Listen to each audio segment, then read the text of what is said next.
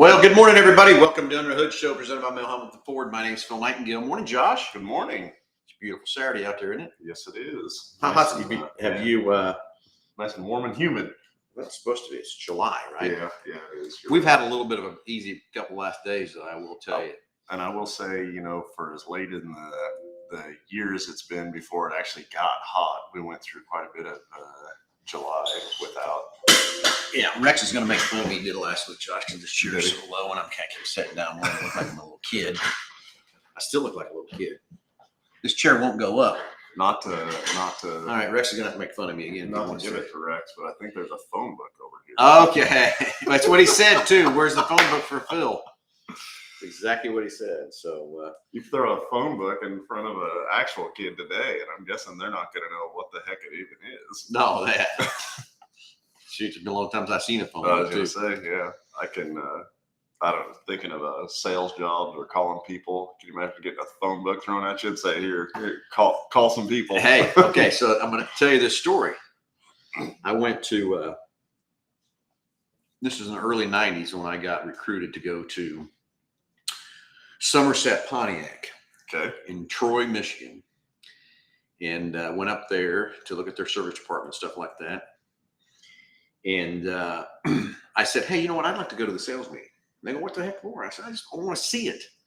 At this point in time, that Pontiac store was delivering 1,200 new Pontiacs a month. 1,200. So anyway, what's your year? What range? Early 90s. Okay. Early 90s. I think it was probably 91, maybe 90 when I went up there, when they were trying to recruit me and stuff. And no, yeah, it's probably 91, maybe 90. I don't know, 90, 91, somewhere in there. Anyway, there were just transports constantly. Imagine dropping them off. That's crazy. Yeah. So went up in the sales meeting, and there was over 100 salespeople. Do that many. And I go into that sales meeting, and the sales manager or GSM, where he might have been the GM, I don't know, but he was kind of an Italian guy, reminded me of Sylvester Stallone, kind of. Okay. Anyway, he gets in there, does these little chit chats, everything else like that, and he calls out these 4 guys. Okay, well, guess what? They're the 4 bottom guys, and he literally picks up 4 phone books, throws them at them, and says, "You get in the phone room and you don't come out till you got an appointment," and dismissed them out of the meeting and made them go. So if we talk about getting the phone book thrown at you, I seen it. I watched it go down. You've seen it actually happen. Yeah, pretty. So yeah, so I've seen the phone books get thrown at people. That 1,200 units a month. That's crazy. And then 100 salespeople. That would be. This room was so big and so huge, it's crazy. And then the shop. I don't remember all the stats on the shop and everything else like that, but. By 9 o'clock, they wrote, and I remember going up to the screen and looking at, and I remember this number plain as day. At 9 o'clock, they wrote 147 ROs. Gosh. Yeah, by 9 o'clock. Crazy. Yeah. And was it solely Pontiac? Yeah, Pontiac only. Huh. And at that point in time, the Bonneville was a hot theft deal. And I bet I saw in a 2-hour period, 4 Bonnevilles roll in that had been stripped. One was even burnt. Yeah, it had been stolen and everything else up there and everything else too, but pretty crazy. So yes, I've seen the phone books literally thrown at people and told them to go get in the phone booth and don't come out till you got an appointment. So anyway, Delbert wants to see some pictures of the 2 of us at the Barbie event. We were working, Delbert. Yeah. There's no pictures of us. We were working. We were taking care of the girls and helping them, everything else too. Yeah. Delbert says there's an echo in the. Got an echo. Huh? Got an echo, Delbert. Is that right? Here, let's do this. So anyway, that Pontiac store was huge to watch that thing operate and watch it go and everything else like that. But how I got into that deal was I was on a Pontiac advisory board. Yeah. And there was 12 of us service managers throughout the country that Pontiac put on that board. And then they had one dealer also in there, and his name was Jack. And Jack owned that Somerset Pontiac. So naturally, him and I just hit it off and everything else like that. And he invited me to come up and said, "Hey, come take a look at this. Come take a look and let me show you what I got to offer you and everything else like that." Which he did have a good thing, but then the real thing that happened is JB Sharp in Topeka. When I went back, made me an offer that I stayed. I didn't go. Jack was a little disappointed in myself and everything else like that, but that's okay. So, hey, anyway, it's a call-in show, 316-462-3673. Anything ailing your car, tires, brakes, batteries, anything you want to talk about. Love to hear from you. Price package about over $130. And as always, Josh is trying to fix the echo here. But yeah, I think I've got it. So, Delbert, if you want to confirm that that's taken care of there. We were running on the mic on the laptop and not through the headset. So sorry about that, but I think we've got that deal squared away. But yeah, that price package for each and every caller. So we'll mail it out to you, but it consists of the works, which is an oil change and tire rotation. We use Motorcraft oil and filter products here at Mel Hambelton Ford. While we're completing that, we're also going to perform a multi-point inspection, checking over the brakes, tires, steering, suspension, all the safety-related components on that vehicle. You'll also receive yourself $10 to Mel's Diner, so you can get yourself something to eat and drink while you're with us here at the Big Corner. Complete nitrogen for your tires, if I hadn't said that already. You might have, but I don't remember. And then BG products package, which consists of a can of MOA, motor oil additive for your engine oil, and then CF5 for your fuel system. Again, just getting that vehicle geared up and ready to go for that next 5,000 miles of driving. All right, 316-462-3673 comes right to the front desk here at the dealership. Tell me to get patched in the show, and we'll get you on the air. Anyway, Brian McDonald, with rumors of Escalade splitting from Cadillac, which I've not heard that, Corvette splitting from Chevy to become their own brands. Not sure I've heard that. Yeah. Maybe it's true. It could be. Do you think Mustang will ever do that? Well, let me tell you what's happening with Ford, so you can kind of, Brian, to give you an update on kind of what's happening there too, is right now Ford has made us be a internal combustion engine dealer, or you can be an EV dealer, or you can be both from that part. And so do I think Mustang will ever split off? I doubt that. It'll just stay as part of that EV. Well, that'd be the Mach-E. But yeah. So I don't know. And so basically, Brian, to answer your question, Ford's already kind of done it. I mean, that's what they've done. They've kind of made us, if a dealer doesn't want to be an EV dealer, doesn't want to put the money out to become an EV dealer, whatever, then they can still sell just the internal combustion engine from that standpoint. You can turn into be a partial EV dealer, meaning where you can service the cars, do partial of the investment and everything else like that too, and you'll get very few cars to sell, or you can be 100% EV dealer and turn into be where you can get a lot of cars and everything else like that. And I'll just give you some examples, Brian, what's kind of happening there is if you want to spend about $500,000 as a dealer, then you can become a partial dealer where you can service the EVs and you can get, they're saying under 25 cars per year to sell. Then if you want to invest $1.2 million is what they threw at us, then you can be 100% EV dealer. And naturally, that's what we did because we want to take care of everybody we can possibly take care of, Brian. And we found some shortcuts to get around that 1.2 million because it's kind of crazy some of the things they want us to do. But we already had a lot of things in place here at the store to do that. Now they're promising us for the 24 model year at least 180 cars to sell, which doesn't seem like a lot for $1.2 million either to me. But that is kind of what it is. But I have to do some investigating too. If anybody else has got some insight on the Escalade splitting from Cadillac and the Corvette splitting away from Chevy, love to hear that. Or if anybody's got any more things we can put up on the screen or whatever, love to hear with you from that too. But I've not heard that. And so, from a dealer's perspective, the reason that I would think that it would be very hard for them to do is one, having the support across the whole U.S. to be able to service those customers and if they were to break mechanically, having less and less places to be able to repair them, but then also just offer them on the sales side of things. I don't know is that those two products standalone would have enough sales volume to allow that. I don't know. Well, I heard rumors about 2 years ago where Cadillac was going to go to where there was no inventory on their lots. Basically, you'd come to their lot and order a car and get it to go. Anyway, so that's what I heard rumors that Cadillac was going to do. Where that's happening or whatever, I don't know.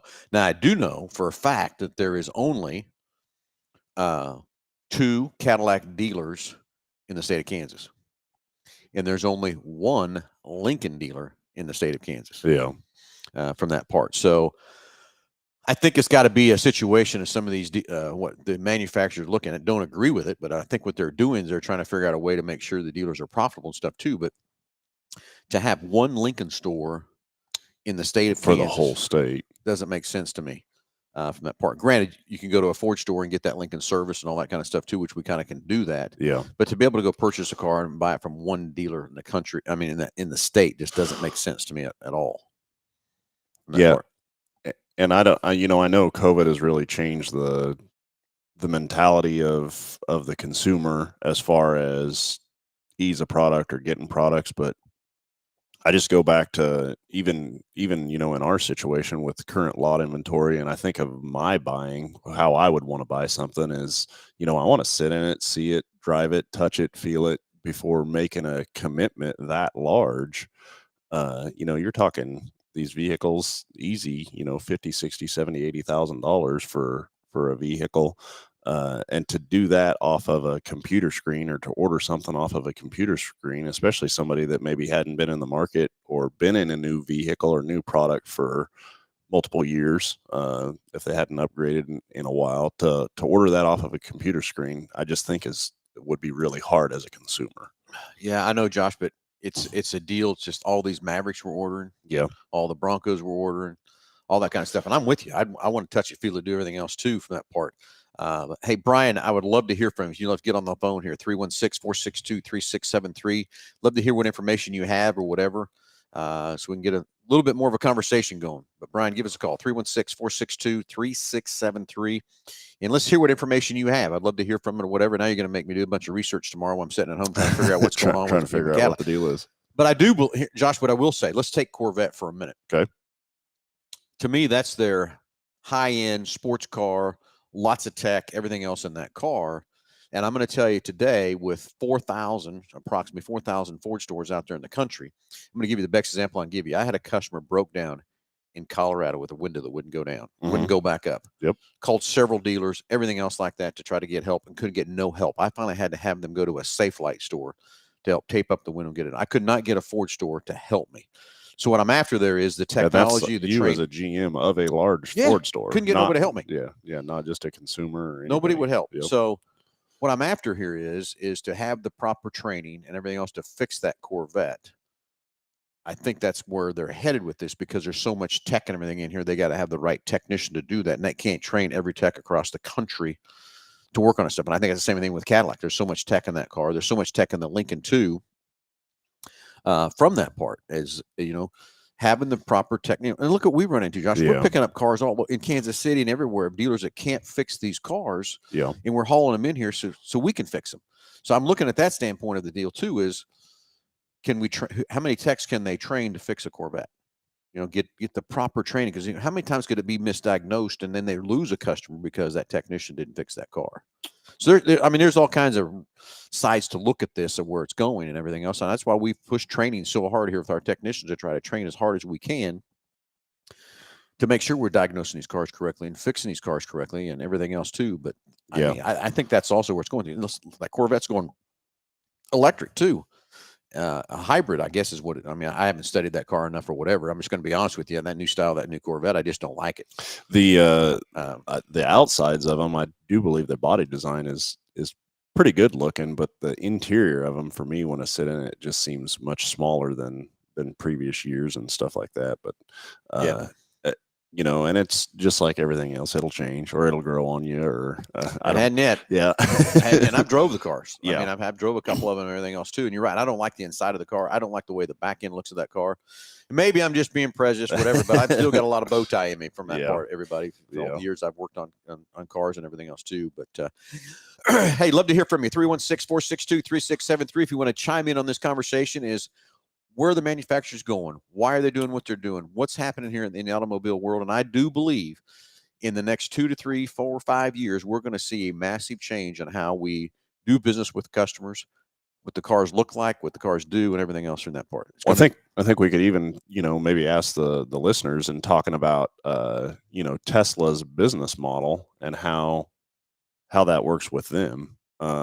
As far as not having a dealer and ordering a vehicle, and as a consumer, is that what you would like? Is that what you would like your experience to be, or would you rather have a vehicle on a lot, that you could sit in, drive, do everything from that side too? So I'm with you there too. And we lost our screening. I Gus just messed with my computer screen and made it go blank in the back. It goes sleep too quick. He changed it. Oh, back behind main us. screen, that's Okay, what. gotcha. So anyway, and Josh, you're right about the training, all that kind of stuff that goes into playing a car. I'm still the one, I want to touchy feel it, everything else like that. But our whole world is changing of how we buy things online and everything else too. But the Tesla deal, there was a survey here out a while back that I think it was like 78 or something % of customers didn't like their after buying experience because they can't get to a dealer. They can't get done what they need to get done. They can't find the things they need to get or get service when they need to get done. Yeah. From that part. So I think there's all kinds of sides of this to look at and everything else too. What the best way is to take care of this, but I still think the good old days of having to walk in the showroom, have a car sitting here, to touch it, feel it, see it, and everything else is the right way to do it. But everybody's got a different opinion. I mean, Josh is still, we've got the program on our webpage right now where you can buy a car from your kitchen table, go through the whole process, paperwork, everything, and walk in here, or we can deliver it to you. The car to and you. never even see the car, never even touch the car or whatever from that part. And do we do it? We do. We have done it. But that's just the way some people want to buy their things and how they want to do it. I mean, look at Amazon. Look at all the stuff. I think I got a dedicated Amazon driver at my house. You got a specific one. Yeah, and so, we can even talk about that too. And I give Lisa, my wife, trouble about that all the time. Somebody's delivering a package, and my comment to her is, well, here's the thing. When I want to buy something, like, I want to be able to pick it up right then. Now, I will give you that there's been times we we were driving around in the truck, and my youngest son wanted these sunglasses, had to have these sunglasses. Oh yeah. Whatever. Anyway, she got on there, ordered them, and it was there next day. I don't know. I think it was that same day. We were out in the yard playing basketball, and this guy shows up delivering his sunglasses, and it just blew me away. But my biggest thing is to support these other local businesses and buying local. Like, I have a little bit of a problem with the whole Amazon deal, because if the fact that they're offering that service so quick kind of negates that fact. But when I want something, I want to be able to walk in and purchase it and walk out with it and be a part of it. But yeah, the hassle of not having to go somewhere or deal with customer service in some places, it's way more convenient. I will give you that. But I'll give, you talk about buying local and everything else like that. But I mean, we got these Amazon vans that people locally are paid to drive, and now I got people showing up in their personal cars. Yeah, not even Amazon vans. Yeah. So we've created some other jobs there and things of that part. But my experience with that too is same thing. It's easy, it's convenient, and everything else like that. And one day I walked into a hardware store, and I'm going to put the name up there, and walked all over this place trying to find these fittings that I needed. Mm-hmm. Couldn't find it. Couldn't get no help for one, and got frustrated. Went home, got on Amazon, found the deals, and they were there next day. And then there they were. And there they were. Exactly what I wanted. Everything else like that part. So, so I get it. But back to the car buying thing, I still think that I want to come in, I want to touch it, I want to feel, I want to see it, and everything else from that part. But there's so many people that don't want to do that or whatever. But hey, let's hear from you. What's your preference? 316-462-3673. Get a price package about over $130 for each and every caller. Love to hear your opinion on buying a car. Would you like to just order it and have it delivered to your house? Would you want to come in, test drive it, see it? Do you want to do some paperwork online? Do you want to do whatever? What is your opinion on how you'd like to do that? And each and every opinion is going to get that price package over $130 for each and every caller. And I think we can also kind of expand on that a little bit, especially with what happened earlier on this week, is just and as we started the phone talking about a phone book and making sales calls out of a phone book, just the amount of technology that's changed in the dealership and how we do business on the day-to-day operation, and how the advancements in technology have helped us so much to do so much more. This week earlier on, we were down 3/4 of a day or half a day on the no internet. And I was talking with somebody, and I mean, it is almost as vital for us to have that.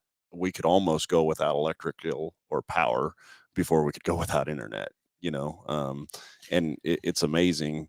I think of all the repairs that we completed that require an update with it. afterwards that Yeah. you just can't do. Like, Right. and to tell somebody, hey, we don't have any internet and can't get your vehicle fixed is like they're hard words to say, but It's the it's truth. truth. We're so dependent on that. I ran into another Trevor out at the auto auction, and he's going into where he's bringing in another internet line from a different company. He's Mhm. bringing in a generator and everything else like that. Because he said, if I go down during my auction, my 5 hours that I'm really making my money, I never get that back. It's done. It's done. It's over with. So I started thinking about we've got a generator out here which we can run things on, but that's one thing we're going to work on with our IT guys. We're going to get us another backup line because I know we've frustrated a lot of people. Yeah. And the biggest problem that internet went out wasn't even our fault. It was Cox's fault. They had a major failure of a part that took us down. And plus that what happened is there was an outage. So we thought that's what our problem was, but then kind of find out we really got dialed into it. It was one of the main boxes that Cox has that went down on us. Not even our situation. How you protect that, I don't know, but from that part. But you're all right. We're so dependent on the internet, on what we do with it and how it runs our business and everything else like that.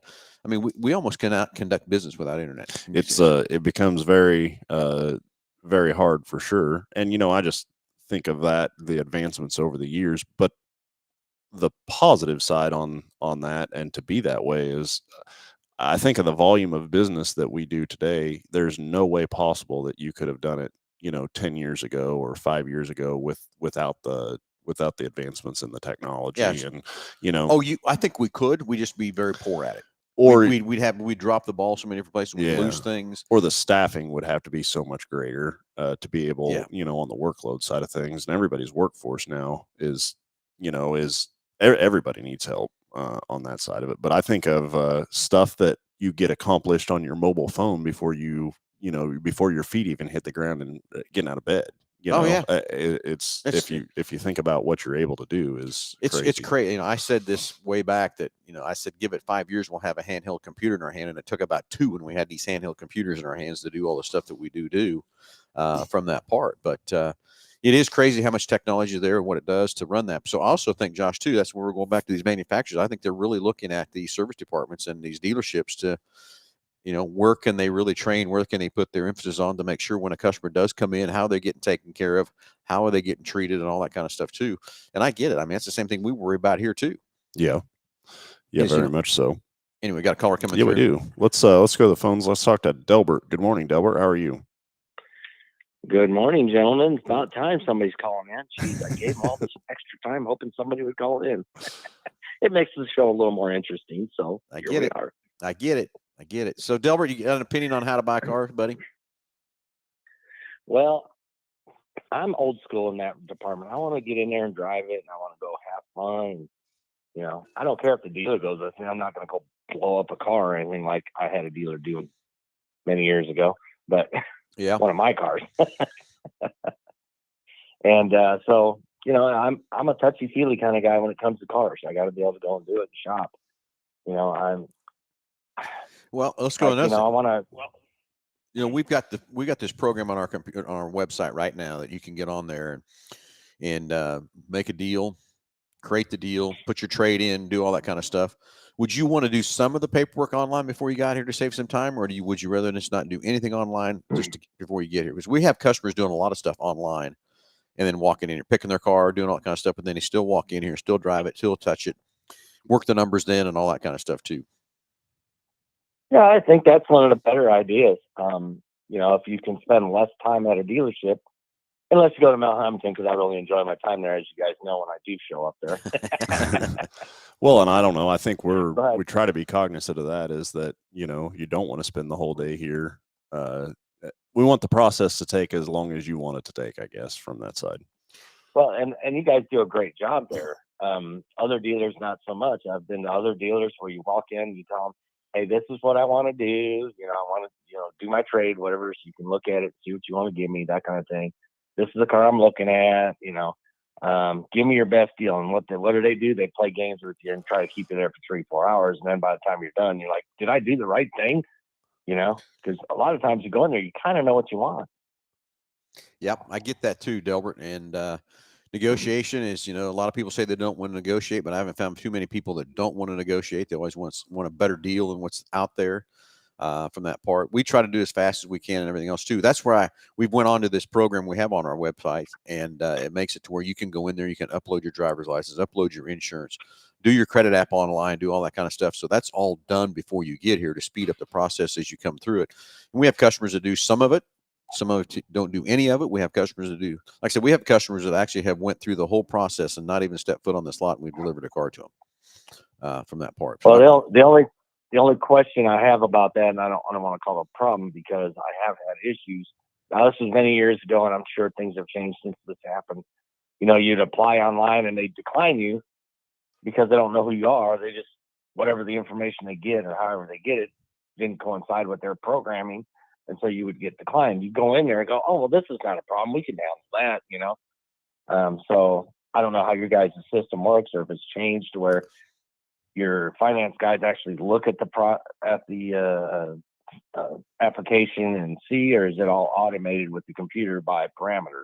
yeah, it's kind of automated, but we look and see each and every deal before it comes through.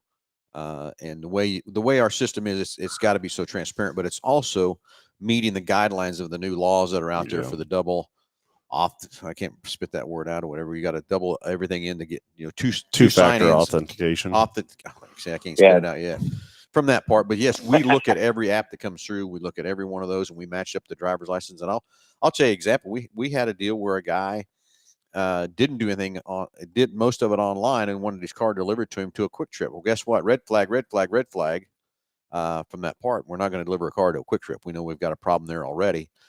And then come to find out about 2 weeks later, he was doing it at another store, and we got word of that too. So, you know, there's all kind of those scammers out there and stuff like that too. So that's why we're going to make sure that we actually watch every app that comes in, pair it up with that driver's license and everything else like that, and dot our I's and cross our T's before we go through that.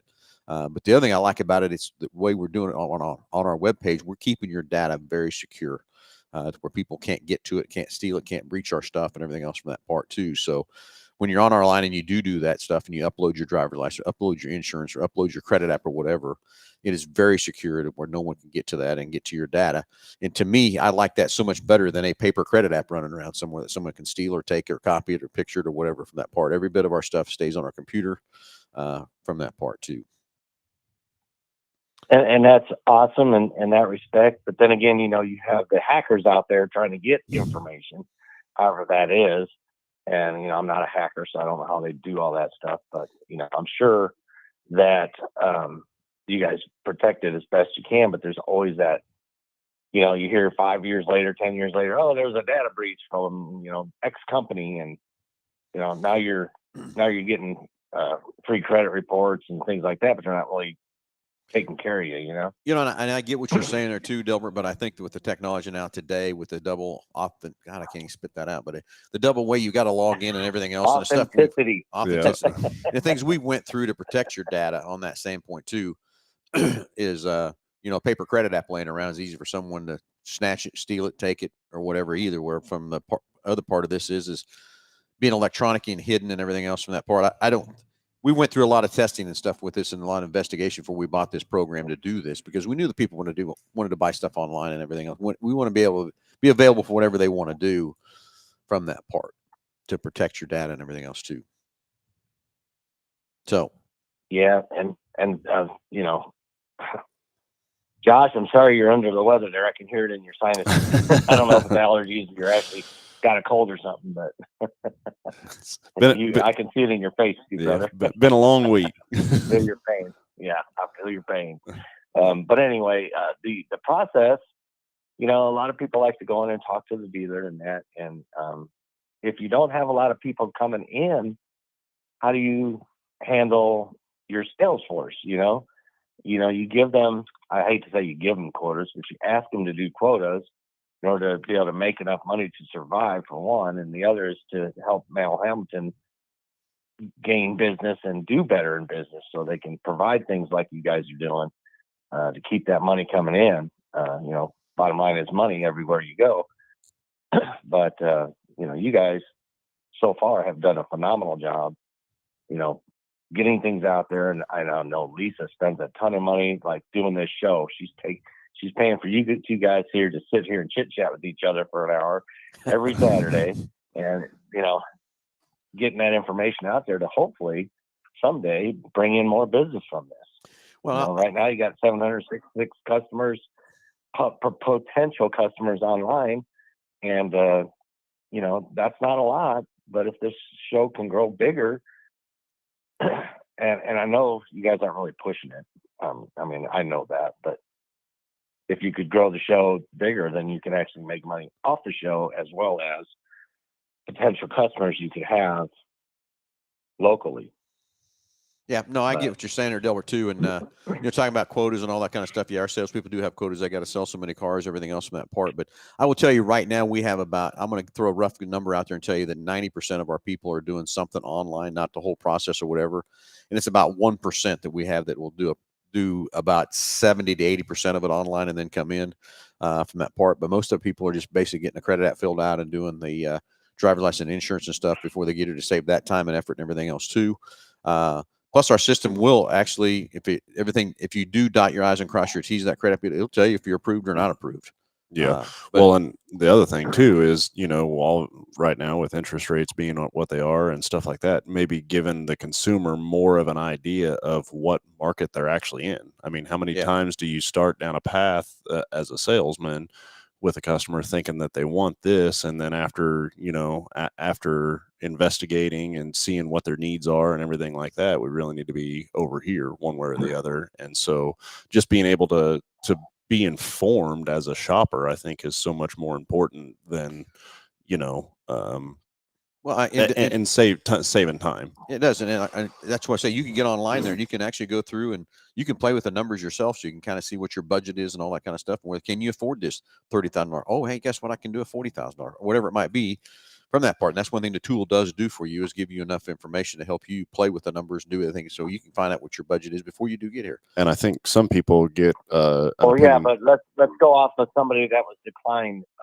Does it tell them what they're declined for? And if it does, is that something that the finance guys can go and look at and say, well, here's what you can qualify for? You know where I'm going with that? Yeah. Oh, yeah, exactly. As far as an amount. And again, that's what we'll see when you fill out a credit app, whatever. We actually get a notification that it came through and all that kind of stuff too, and knowing that's what's happening, so we can help walk you through it or whatever, and help you, guide you through that process from that standpoint. Yes, it does. It does kind of go through. It's kind of almost like a personal assistant there, helping you try to walk you through the process. Now, I have had no experience getting credit at this point in the last year or two. However, so I'm hearing that it is harder to get approved these days, mainly probably because of the higher prices for vehicles and the interest rates. But I don't know the facts in that. So maybe you can share with the people out there what the facts are and what you guys know, at least for your dealership. Well, and here's what I'll say. Interest rates are high right now. Don't like it. I think it's crazy than where we're at and everything else too. I hope this starts coming down here in a little while from that part, but don't like the high interest rates, but it does change your payment. Everybody's used to that 0%. I'd love to see that. We do have some 0% out there on some short-term stuff, not any 60 month or 72 months like everybody kind of wants their payment to be from that standpoint too. But it does, our system will go out there and give you a tier where you need to be and what you're kind of doing from that part.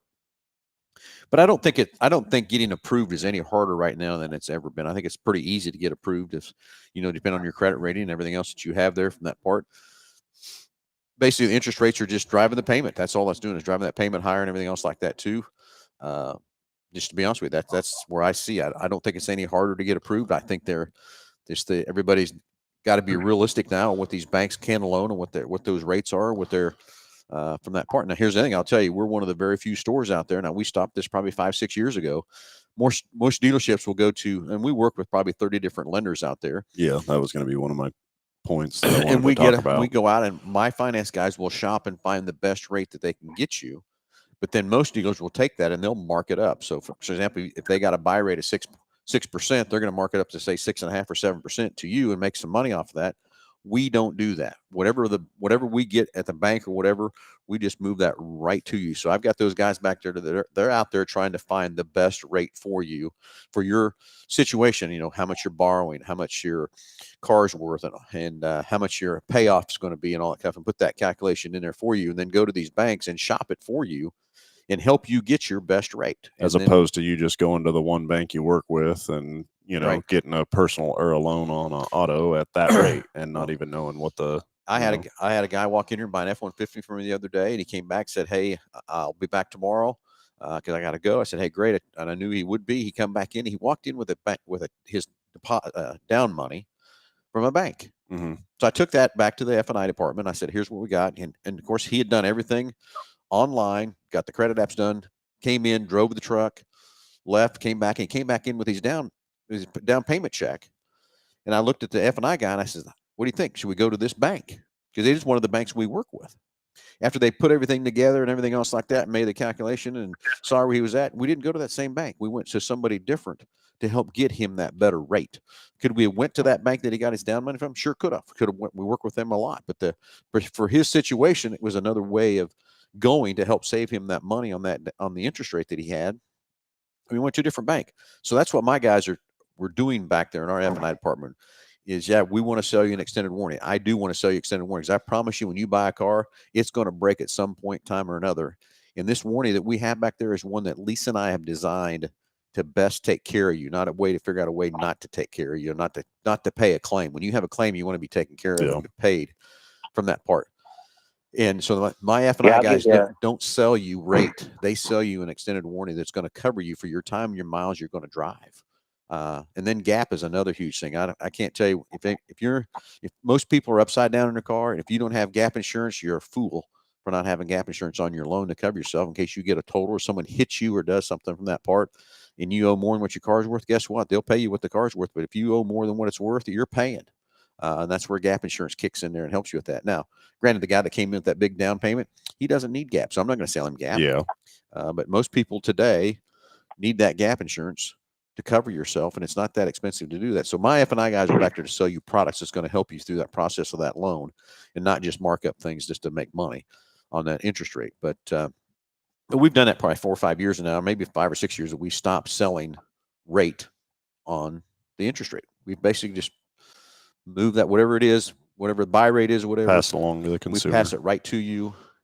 And those guys back there are just trained and work hard to get you the best rate and everything else from that part. So anyway, Well, my experience has been pretty good. Not necessarily buying from you guys, unfortunately, here in the last few years. But when I did buy that Ford Fusion from another dealer here in Oklahoma, they did kind of what you did. They're a smaller dealer, don't get me wrong, but they were able to do like you did. And they tried Ford first because I already had credit through Ford and everything else. And Ford couldn't even come close. They were 4 points higher on their rate for me than the bank I was actually able to get. And I don't know the reasons behind that, but I got just under 4% for my car loan, and which at the time was pretty good, unless you could get a 0% loan through the dealerships. But yeah, 4%. yeah, they were over 8%. Yeah, 4% today is pretty good.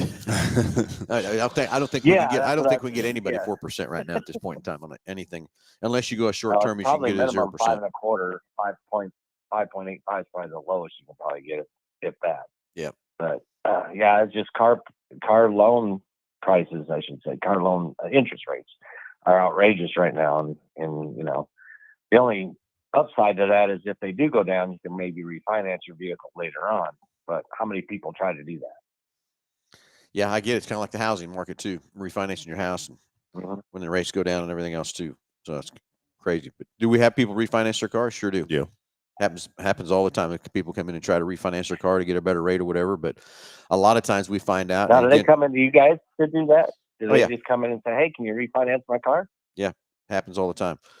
But that's interesting. I've never seen that. Yeah, but the other thing that you have to do is if you want to refinance it, normally what you're going to do is extend your term out. And you really want to do that because then you're going to be upside down in that car much longer or whatever. So when someone wants to refinance or get a lower rate, we want to go look at, is there a better way to take care of you and better spend your money? Sometimes there is, sometimes there's not. Sometimes the refinance is the way to go. But most of the time, it's a better deal to put you in a different car so you're not upside down and put you in a better equity position than trying to refinance your car and scatter that loan out on a longer term from that part. Instead of paying for, say, 72 months, now you're paying for 96 months or something like that. Yeah.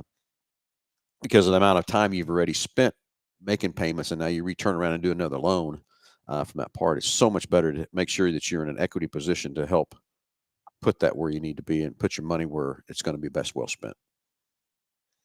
So anyway, Excellent conversation on this, guys. You guys have done an awesome job explaining everything, and hopefully somebody gets in here and looks at it and says, "Hey, this is great information," and come see you guys, because I know that just talking with all your salespeople that I've talked to, you guys personally will do everything and bend over backwards as you can to help people out and get them going in the car that they want, if they can do it. So, yep, exactly. more kudos off to you guys.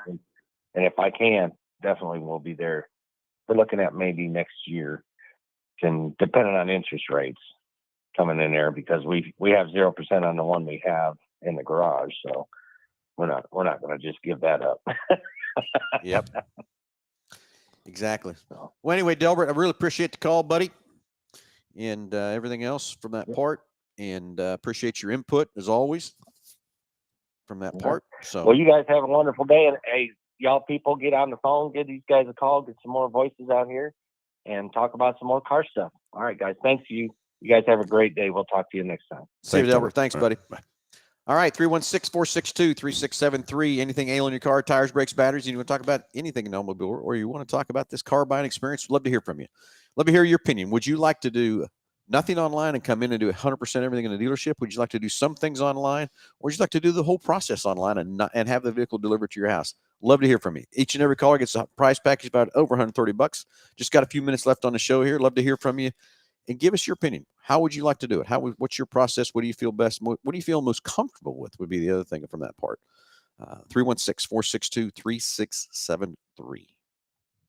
Anyway, Josh. He was talking about ladies' night. We kind of had a wild week this week. So for, I guess, those of you listeners that don't know, we do an annual charity once a year for the hospice house here in Wichita. And so it was our annual ladies' night event, and it went really well. Everything went good for that. Had a good event, and was able to raise a lot of money for them. But yeah, no pictures. I don't think I didn't get my picture taken. I don't know. You may have. And neither. No. But anyway, this is an annual charity event we do for a Harbor House, and a lot of people want to know how you get invited. I'm sorry, it's an invitation only, because we kind of limit it to 300 women to be here, because that's about what the store can handle for that part. And this event's been going on forever and ever from that standpoint. And we raised a lot of money for Harbor House. I don't know the final number, but we're over $20,000 that we generated for the Harbor House. And Harbor House is a place for ladies to go that have had an unfortunate situation and need help.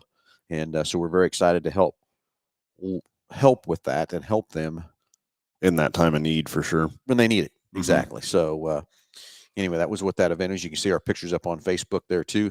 The event kind of started as a way of also helping the Harbor House, but it was a way of Lisa thanking our wives, employees that kind of just grew into a few more vendors and a few more relationships and stuff like that too. But again, 300 is kind of where we're topping. And Lisa and I've talked about of maybe taking this event to another venue to make it bigger and better and everything else too, because of how much fun we have with it and everything else too.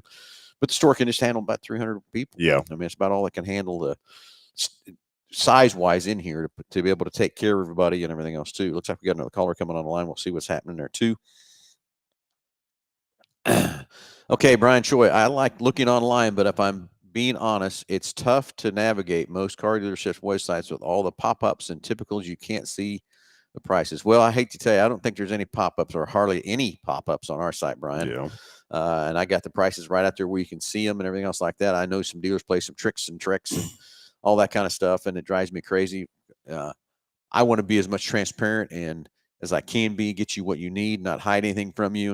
And the ones I like, those dealers, like customer comes in and we don't have every car we want, so we'll find a car, go call that dealer, want to buy it from them or whatever. And then guess what? Oh, well, you got to have a trade in. Oh, you got to have this. Oh, hey, well, we're adding this package to it too for this price. And I hate that when they're trying to be the lowball guy out there, and then they start adding stuff to you on your car when you're buying it, because it happens to us and it's crazy. from that part. But I agree with you, Brian. These guys that can't be transparent and popping up everything and trying to throw ads at you, and all they're really trying to do is just get your phone number, get your email address. Well, you know what? If you're ready to do that, then make it happen. Yep. Let's go to the phones. Let's talk to Richard. Richard, you're live with Under the Hood. Go ahead. Well, it appears there's some more bad news as far as auto racing goes around here. I read in the online yesterday that I guess they're going to shut down the Kansas State Fair dirt track. Have you heard about that? Sure have. I will tell you, there's a lot of things happening there in the background of people. I don't know that the fair is actually let out of the deal or whatever too. But here's what I will tell you is several things have happened. I mean, there's been rumors of this fair being taken out of Hutchinson and moved to Kansas City. So I know they're trying to make sure there's ways of keeping that fair profitable. Next thing is that racetrack is used once a year. I think it needs to be used more than once a year to make it to drive more money into that thing. And I guess we can see what happened at Hutch National. That place was packed last weekend and everything else from that standpoint. I think the fair board's got a lot of heat on them to do different things and stuff like that. But also I do know that racetrack needs some work. The walls are starting to deteriorate and all that kind of stuff too. But I think the fair is catching a lot of what I want to say heat right now about trying to close that racetrack down, because there is a lot of racers out there and a lot of people love that track. To be honest with you, it's my son's favorite track. It's favorite track. He likes to race out of all the tracks he's raced at and stuff too. So I hate that there's even a talk about this, but it's been happening for several years. They've talked about it and everything else too.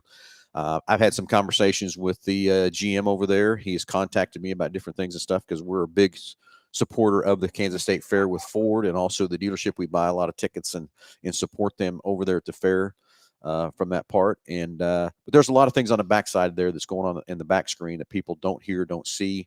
I hope we can get some things worked out to where this track doesn't close. I hate that there's racetracks closing like it is from that part around the country anyway. But sure is, the word is out there that it's over. But I know there's a group of people out there that are trying to get a meeting together to try to get in front of the board to try to talk to them and everything else too. But I understand all sides I understand running a business. They've got to run a business. They got to generate dollars. But I do believe it's not cost effective to run that racetrack one time a year.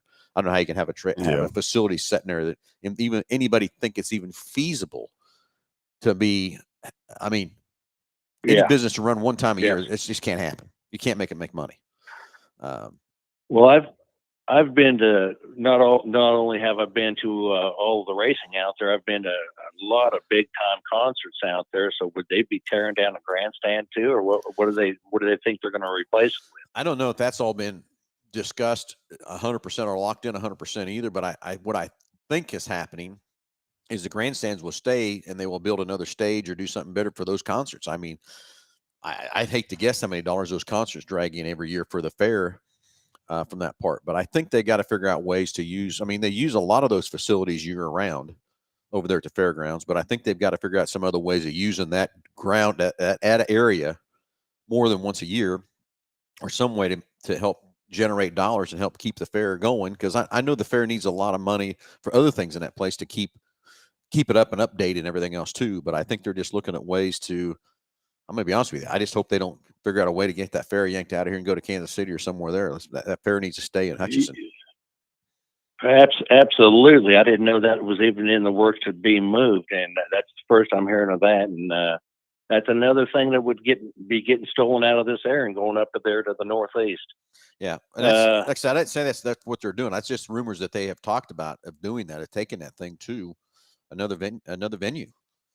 So I don't want to see that happen. I think that fair needs to stay right there in Hutchinson, and we need to do everything we can to support it from a communities, not just Hutchinson, but all those communities around Hutchinson to support that fair from that part. So I'm a big fan of that racetrack. I'm gonna try to do what I can to help do whatever I can to support that thing to make it come. And I've had a lot of people contact me already about it, about what to do, how we can do it, and want to know what my opinion is of the racetrack and stuff too.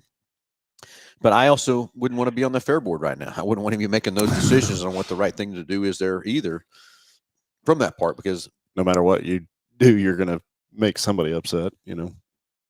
Yeah. So, well, I'll go on to another quick little subject. Last couple of weeks, or about couple of weeks ago, I went down to the Arc City drag strip down there, and they had a pretty good weekend of racing down there. I'm never going to buy one, and there's a guy in Wichita here that owns a Tesla. I've seen it out at the KID, and he had it down there. It's good. Obviously, I'm never going to buy a Tesla because of the cost of it. I asked the guy, how much did you pay for this? It's just stock, and he told me he paid $62,000 for it. But I'll tell you what, for an all electric car, that thing just buzzes down the drag strip. That car can go down the drag strip 11.5 seconds, just all electric, and it's stock as heck. And man, I'll tell you what, they don't break, but they're quick too. Well, I'll tell you, we had the Mustang Mach-E GT, and we were out at the drag strip last summer with one, and we've got our drag car, and it was almost running an 1/8 mile, almost as fast as our drag car that we built to go drag racing. I mean, it's crazy what these electric cars can do. The instantaneous torque that they have is just, it's mind blowing. Yeah, it's so quick. Yeah, when you got all that right at the beginning, and the other gas car is trying to gain, you got all that right at the beginning. I mean, it makes it up real quick. Yeah, because it doesn't. The instantaneous, like Josh said, it's so quick. It's there right now. You don't have to wait for the engine to rev up or build up or get a turbo to build up or whatever. But and even that, when you take that GT and you're just say running 40 mile an hour and step on the gas, it throws you back in the seat so hard it's crazy. But I still think we've got a little ways to go with these electric cars. You know what? That's exactly what this guy said. He said he actually almost hurts himself when he leaves the line. He said he says he gets at least one G-force, and he says he almost hurts himself when he does that. Oh yeah, it's like you said, it hurts you.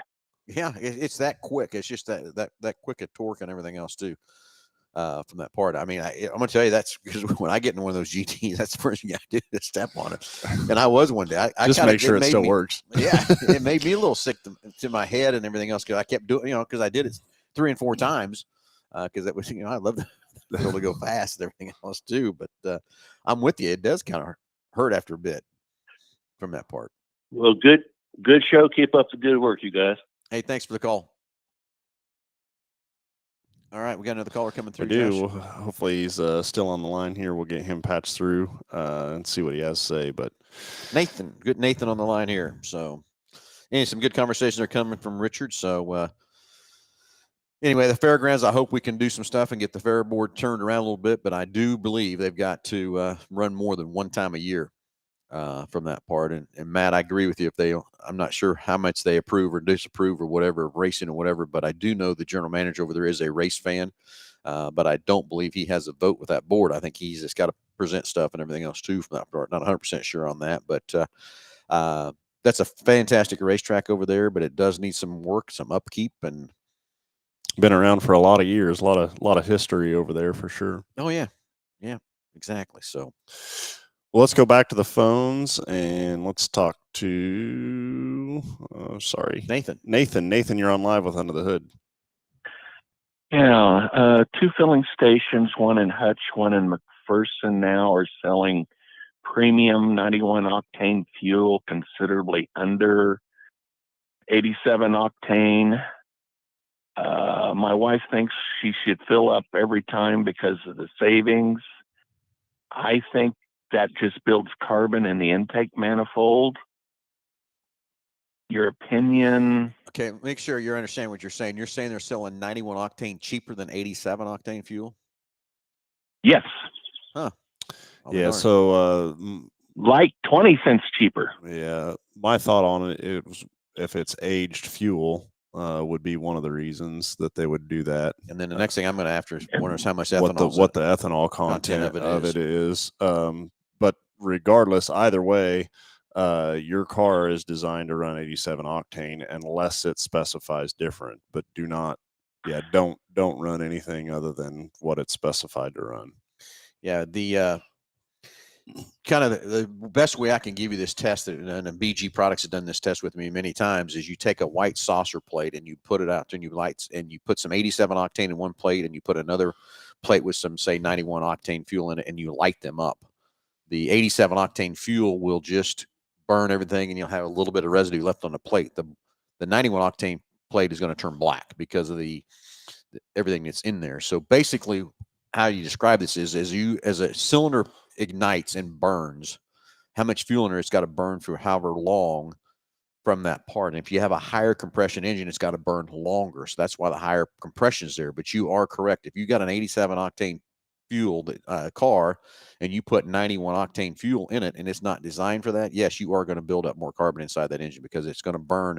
It can't burn all that fuel out of there in that combustion chamber at that point in time. So yeah, you are going to build more carbon in that engine, and that 20 cents a gallon. I'd have to do some. I'm going to do some investigating now if I figure that out. But you said McPherson and Hutch. There's one in Hutch and one in McPherson that do this on a regular basis. Is it? Are they, as far as the fuel stations, are they the same name company of fuel station? No. Huh. Yeah. So to be cheaper, it has to. Either it's got to have more ethanol in it or it's an aged fuel, but I don't know. I thought there was a law in Kansas that they couldn't sell fuel after it was sold. Yeah, I don't know, but it could be. But I still bet what they're doing is they've put more ethanol in there to drive the price down, and that's why it's cheaper, because ethanol does make a higher octane when you put that. The more ethanol you put in there, because that's where a lot of racers are running the E85, because it produces more volatility in the combustion chamber and stuff too. So, but now I get to do some investigating, figure this out, what that really is or whatever. But they should have to disclose that on the pump too. What percentage? I think it's 15%. I think it's all that it's showing, and then the other one's probably 10. You're right, 10% on the E85 or on the 87 octane, but on the 87. Yeah, but regardless, either way, the answer for the car is that yes, you are going to be producing more soot and more carbon in that engine, burning the fuel that it doesn't need. And a lot of people, have that belief of, well, my car spits or sputters or stumbles, and so the next time I fill up, I'm going to go ahead and put higher octane in it and give it a boost, and that's just not. You're doing more damage to it than you are. And here's my other analogy on fuel prices and stuff too. Let's take a 20-gallon gas tank, okay? And you save that 20 cents a gallon, that's $4. Is it really that big of a savings for the longevity of your car and everything else too? The $4 you save on a 20-gallon gas tank. And then the other side of that is you're going to diminish your overall fuel miles per gallon just because you're not running the right kind of fuel. So it's going to burn more. Yeah, it could be. I don't know what. I mean, that's another test you need to check to see when she's putting that in there. What's it do to the fuel economy? Does it raise it? Does it lower it? Does it stay the same? It might stay the same, but it might lower it too. It is staying the same. Is it staying the same? Yeah. Well, that's good. That's part of that too. So, and here's the next thing is maybe, like you said, Josh, maybe that fuel. Most cars run 87 octane fuel. So maybe that fuel is sitting around and they got to do something to move it because they can't sell it. That's another thing Brian brought up too. So that might be a thing. And it might be old gas that they can't move, and that's why they've discounted it to get going. Could be a lot of things that go into and look in this and see this and what they're doing. But the first thing I'd want to do is just go look and see, because they've got to disclose what percent of ethanol is in that. That has to be on the pump. What's going through it. But again, you have to test it too to see, because we've had that happen to us many times. People bought E85 and it's really E60 from that part, and have too much ethanol in it too. So it'd have to be some testing done on that stuff to see what it is. But I'm kind of wondering maybe that isn't what it is. They've got these little towns that have got premium fuel sitting around. They can't move because people aren't buying it. So they got to get rid of it. Something to get rid of it too. Good question. Intersection of Adams and Avenue A. Okay. I know right where you're at. You're both familiar. Mm-hmm. Very familiar. Yep. Yeah. So, well, we'll do a little investigating, see what we can find out for you there, whatever. But that'd be the first thing I would want to do is look at that pump and see what kind of percentage of ethanol we're putting in that car, in that tank, and see if that's maybe what it is. So, my opinion, and the BG products would help clean that intake manifold out, right? Very much so. Depending on your inductions, depending on how your injectors are working on your car, whether it's a direct injection or whether it's a going through the intake manifold, which depending on where your injectors are located, is what we need, what additive we need to put in your car to clean that back up or whatever. 2016 Escape with the little, is it 2.6 turbo? It is a 1.5. turbo, Yeah. the EcoBoost engine, so it's direct injected. Yes. So the fuel additive going in the tank will take care of the fuel and the cylinder itself. Now, to get the intake valves and the intake manifold, that would require an actual induction service, an air induction service. Yeah. And so as part of calling in for the package that you would get for calling into the show today, we'll have the fuel additive portion of it, but the air induction service is something that would be additional or extra. Yeah, basically what that amounts to is you just, on your intake, you just got air going through it. You don't have any fuel and air mixture going through your intake manifold. The fuel is directed directly into the cylinder itself on that particular engine. So that's why it's putting stuff in your fuel. You're just going to clean the cylinder up. You're not going to clean that intake up. That makes sense? Yes, absolutely. Okay. Well, very good. Thank you much. Yeah, good question and comments on the fuel. And yeah, I would advise her to run just the 87 octane. Okay. Well, Thank you. Thank Hey, you for the thanks call. for the call. Yep. Have a great day. Bye. All right, some great comments, but guess what, Josh? We're way over our time. But We who are, cares? yeah. Blake, best part I love about the show, we can cut it off, put it on anytime we want or whatever from that part. But Yep. Hey, everybody, thanks for watching. Thanks for listening. Got to go get a race car ready to head out to Dodge City tonight and have some fun with my son. So everybody, what do you got? Any plans this weekend? I don't. Yeah, I get through today. Get through today. That's where you're at. So, hey, everybody, thanks for watching. Thanks for listening. Real quick, BG Products, all the great preventive maintenance products we use right inside here at Mel Hambelton. Big corner creative for all your advertising needs. You need something done for your company, advertising, whatever. Race car wraps, window wraps, vehicle wraps, whatever. As those guys say, just Google us. Hey, Stan's got a great fleet of vehicles over there in the rental department now. So if you don't want to put the miles on your car or whatever, need something bigger or better to get on vacation, whatever, give Stan a call right inside here at Go To Rent, right inside here at Mel Hambelton. Everybody have a great Saturday. We'll talk to you next Saturday, 9 o'clock.